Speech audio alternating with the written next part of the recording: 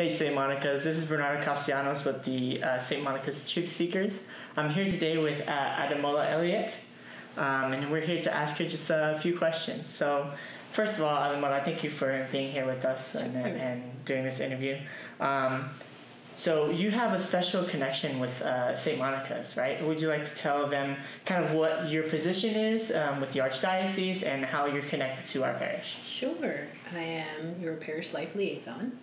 And what that means is that I am one of three people who have deaneries or clusters of churches that we offer support to pastors and their delegates. So St. Monica is part of the Northeast Urban Deanery, and so I am the liaison for that deanery. So anything that Father Tuma needs, or Father Ian, or any of the staff that he delegates to reach out, I am the direct contact to the Archdiocese, and I provide resources, answers, maybe tap on someone's door if you haven't heard from them in a while and didn't get that answer.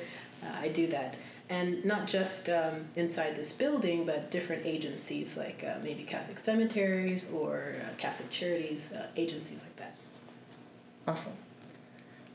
So you kind of touched on a few of those things, but you mentioned Deanery, yes. Right? Deanery. What for those of us who don't know what a Deanery is, kind of what is that and how is that created and kind of like the hierarchy of Deanery? Sure. So this Archdiocese has 14 deaneries. So a deanery is a cluster of churches, and so you fall into the Northeast Urban. So it's by region, if you will. So we have like North Central, so North Side, but Central San Antonio. If you're kind of looking at the whole map, you've got urban and you've got rural. So urban area is highly populated, lots of people, lots of resources, kind of thing. We have rural deaneries, so think out in the rural areas. I want to say rural lands or hill country or whatever, because we have some rural deaneries that are still, in city limits. But I have Pleasanton Rural Deanery, and some of them have various amounts of. There's no set this one must have 5. And this one there's none of that. And then each deanery has a dean, so it's a priest that's assigned to help manage, if you will, the other parishes or the other priests in the deanery. So that dean will meet with the other 14 deans who once a month meet with the archbishop and the auxiliary bishop, and they have what's called a presbyteral council, and they talk about all of those matters that are happening on a parish level, all those things that are happening in the diocese, and then that dean will go back to the deanery and he'll have a deanery meeting with all of the priests that make up that deanery, and he'll share that information that he learned, and then that priest will either share it with the staff, or maybe you might hear about something like that. So that's kind of how the flow of information goes. Right, that's a lot of organization. Awesome. Thank you for sharing that. Sure. Let's see. So we're in the Pastoral Center. Yes. Right, and close to St. Mary's University. What kind of are the services that this Pastoral Center offers for people at the parish and the people of the Archdiocese? Okay. Loaded question. So I'll start with our department first. So the Office of Parish Life, or Events in Parish Life, falls under the Department for Pastoral Ministries. And so think of pastoral ministries as anything that offers a service on the parish level, but that has to do with faith formation, catechesis, evangelization, social justice, mission. Young adults fall into there. Marriage, family life, that's marriage preparation, that's marriage enrichment, youth activities, youth enrichment. Then we also have events and gatherings. So if anyone's ever attended like a midwinter gathering or assembly, or pre-COVID, the Pentecost, or our rite of election, events that kind of happen with the archbishop around the archdiocese, our office helps to orchestrate that, if you will, publicize them. We have 2 awesome graphic designers that make up a lot of our advertisements and posters. We also have the office of the department, or the Institute of Lay Ecclesial Ministry. So that replaced our level 1 and level 2 catechesis formation. And so that's open to anybody, parish level, who wants to further their Catholic education, if you will.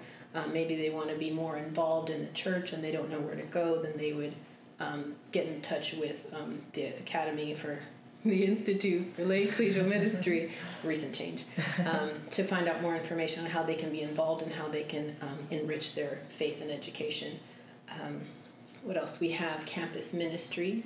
So for youngins such as yourself, I'm just kidding, anyone in the college age, we have a presence on campus ministry all across the diocese. So I know that's a good thing for parents if they want their kids to remain close to the faith. You know, there's something for college age. We also have criminal justice ministry. So we do minister to those who are incarcerated. We want them to know that they are loved, they are thought of, and the Word of God is out there to reach them. They're, they're always forgiven for anything that they do. Then we have deaf ministry, and it's interesting because not a lot of people know about that. And we hosted recently, it's like, what day is it? Pre-COVID, we had two of our instructors for deaf ministry, they taught us American Sign Language, and that was also eye-opening because I feel that they say that they're forgotten because they don't know about God because no one's ever told them. We're used to speaking, but if the person can't hear, then how do you communicate God to them? So that was just very eye-opening. But we do have deaf ministry for people in parishes who, they are either deaf or hard of hearing. We also have special needs. So any parents who have children with special needs, we kind of direct them to some of the parishes that we have that offer faith formation for those who have special needs children. St. Mark's is one of them. What else? Liturgies, trainings, parish life. Our office falls into that. But anything that kind of deals with parish life, our department handles that. I think I said events, right? Yes. Awesome. Okay. And then, so going out, we have Catholic TV, CTSA. They're headquartered here. So they produce the daily mass.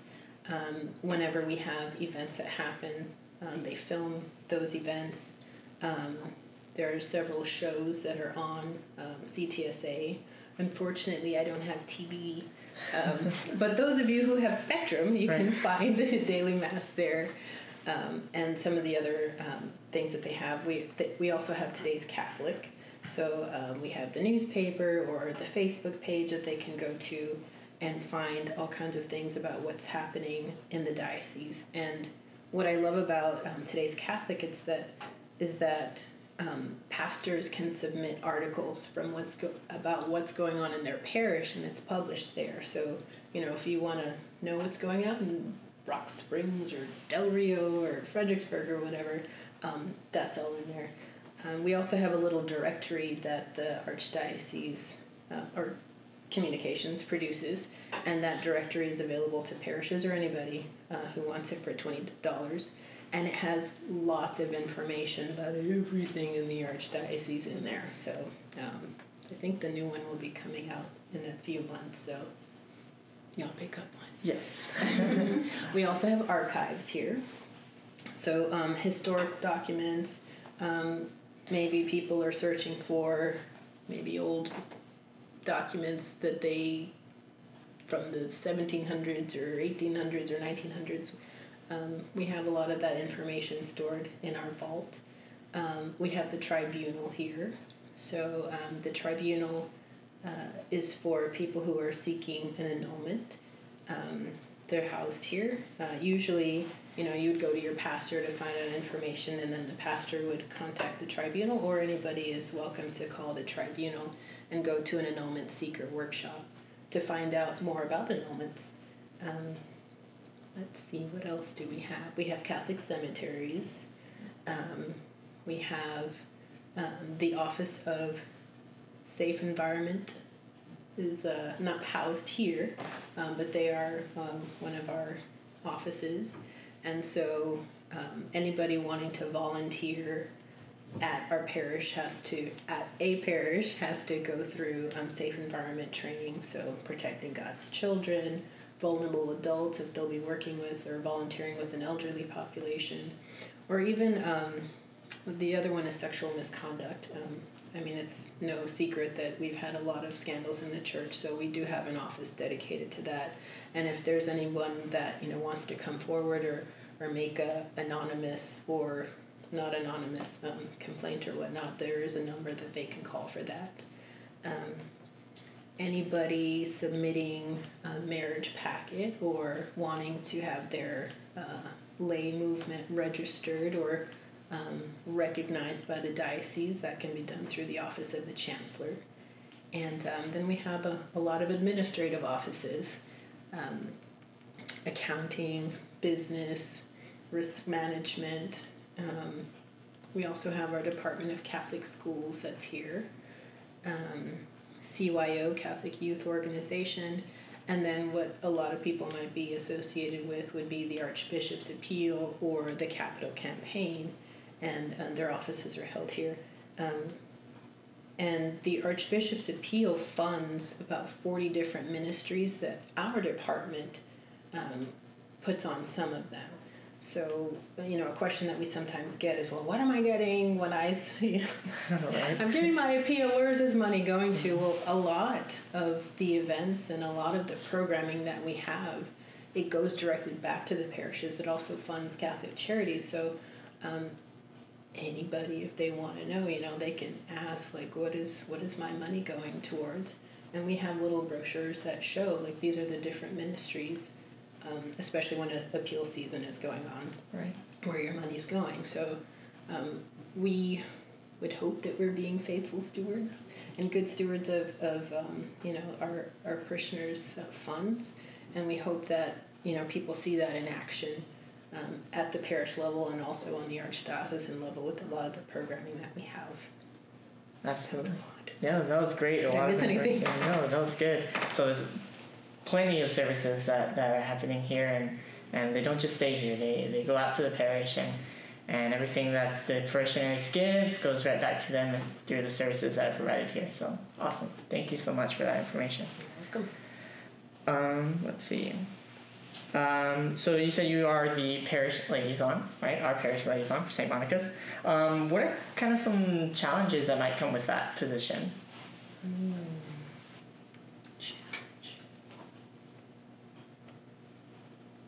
In general? Well, yeah, just in general. I would say with the pandemic,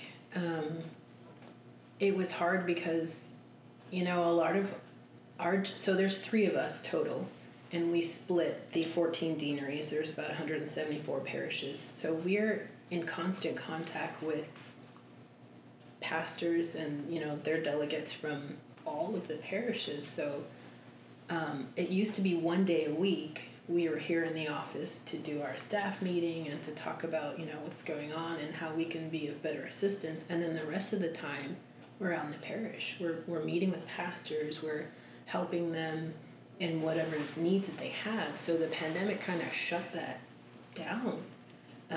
So in the beginning, it was kind of like, okay, so, what are we doing? How are we going to help parishes? What is it that we're going to offer? And the fine balance of, okay, well, we want to call the pastor and we are calling, but then it's like, oh, you don't want to feel like you're bothering them because there's fires that they're putting out, like parishioners are going through issues, people are dying. Okay, what guidelines do we have with COVID? Like what's happening kind of thing. And then getting the word out, like there are resources. So, CTSA or our communications department, they were offering tech support for parishes who are now faced with, okay, how do I live stream? I've never used this equipment. What do I do with it?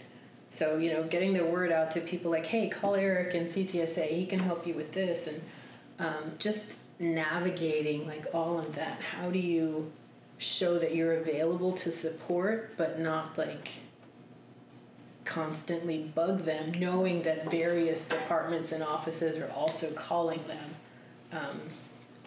So I would say that was a major challenge with this year.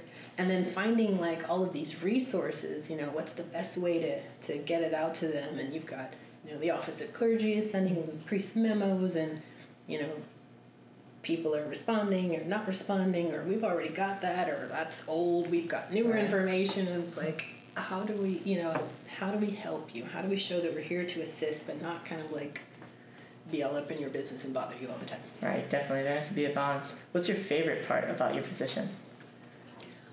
I say it would be when resolving issues, when someone reaches out and they're trying to get a hold of this person, or, we've been looking for, whatever, we don't know if there's something available to us, and helping them find that, or helping them with a program or a resource, or, I don't know, I like the solutions part of it, like kind of trying to change the mind of the archdiocese, that various people have, like, oh, they never call us back, or, but, we're here to help, and we want to walk you through and make sure. So I kind of go on the back end for requesters and kind of make sure that, so-and-so call you back, did they answer your question, do you have any additional questions? Okay, well, in case you do, you've got my information, reach out.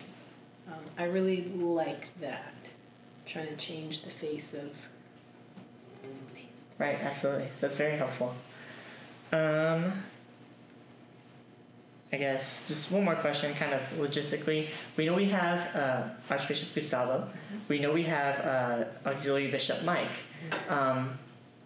How do we get them, right? What's the process between them getting elected for our archdiocese? That is a mystery. No, I'm kidding.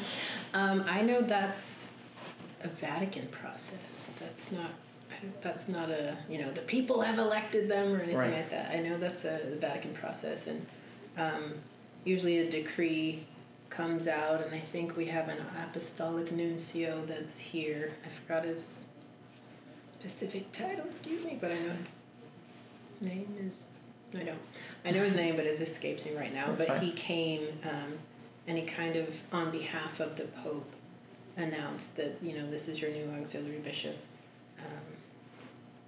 It's a papal process. Yeah.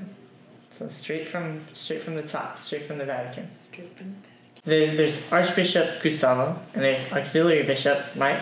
What's the difference between those two? Can we think of it a bit as like president and vice president? Okay. That's an analogy. So Archbishop is a step above? Yes. And now I don't know if, the Archbishop, something happens to him, and if Auxiliary Bishop Mike will step in, or he has to be appointed or whatnot. That I don't know. I will find out and let you know, though. All right. That's your job, huh? Thank you so much. That's awesome. That's helpful. You can wrap it up, yeah. All right. Well, thank you, Ademola, so much for being here, for being our parish liaison, and for letting us know everything that the Archdiocese has to offer. So thank you.